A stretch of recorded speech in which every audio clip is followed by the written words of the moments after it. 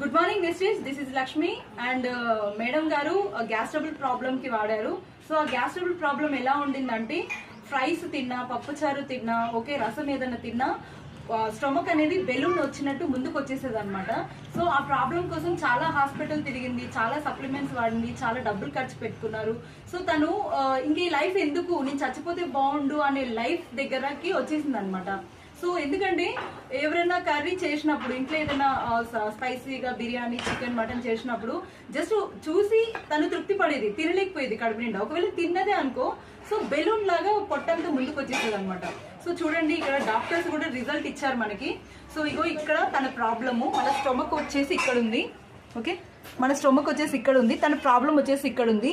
ఇది ఒక acidity problem అనమాట తనకి. సో చాలా హాస్పిటల్కి, చాలా డాక్టర్స్కి చూపించారు. సో ఇక్కడ తన బెలూన్ లాగా పొట్టంతా ఉబ్బేదనమాట ముందుకి. ఓకే, సో ఈ ప్రాబ్లం వల్ల తను తినకూడదు ఏంటంటే వేపుళ్ళు తినకూడదు, పప్పు తినకూడదు, వడ, మసాలా, దోశలు తినకూడదు, మిఠాయి తినకూడదు, కూల్ డ్రింక్స్, మాంసం తినకూడదు, బిర్యానీ తినకూడదు, అండ్ ఈ వేపుళ్ళు కూడా తినకూడదు అని డాక్టర్స్ ఇచ్చిన రిపోర్ట్స్ ఇది. సో తను సూసైడ్ చేసుకొని చనిపోవాలి అన్నది. ఎందుకంటే మన మనిషి కామన్ గా కడుపు నిండా అన్నం తినాలనే మనం ఎప్పుడు కామన్ గా కడుపు నిండా అన్నమే తింటాం.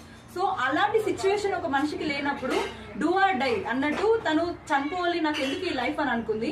సో ఆ టైంలో మన లక్ష్మీకాంతం మేడం, తన సిస్టరు ఇద్దరు డిస్కషన్ చేసుకొని ఇక్కడ ప్లాన్ చెప్పడం జరిగింది. సో ప్లాన్కి వచ్చినప్పుడు ప్లాన్ వినలేదు, తను ఏడుస్తుంది. అసలు నేను చచ్చిపోతాను అక్క, నాకు ఈ లైఫ్ వద్దు అనేసి చచ్చిపోతున్నా అంటే ఎందుకు నాన్న, ఎందుకు ఇట్లా అంటున్నారంటే కాదక్క, నేను ఏదైనా ఫుడ్ తింటే బెలూన్ లాగా వచ్చేస్తుంది, నాకు ఈ లైఫ్ వద్దు అని తను చాలా ఫీల్ అయింది.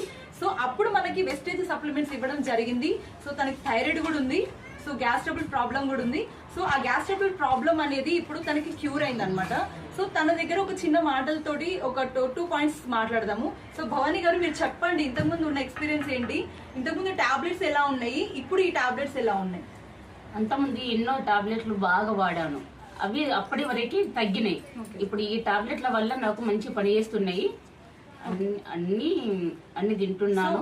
సో ఆ టాబ్లెట్స్ వల్ల, ఆ టాబ్లెట్స్ తీసుకున్నా కూడా తనేం తినలేకపోయేది. సో మన వెస్టేజ్ సప్లిమెంట్స్ వాడటం వల్ల సో ఇప్పుడిప్పుడే తను ఒక ఎగ్ తినడం, ఒక కూల్ డ్రింక్ తాగడం, ఒక ఫ్రై తినడం, ఒక కైండ్ ఆఫ్ రైస్ తినడం అనేది స్టార్ట్ చేసింది. సో ఓకే మేడం, ఇప్పుడు ఓకే మేడం, ఓకే ఈ సప్లిమెంట్స్ అనేవి ఎవరైనా వేసుకోవచ్చు. సో మేడం ఇచ్చిన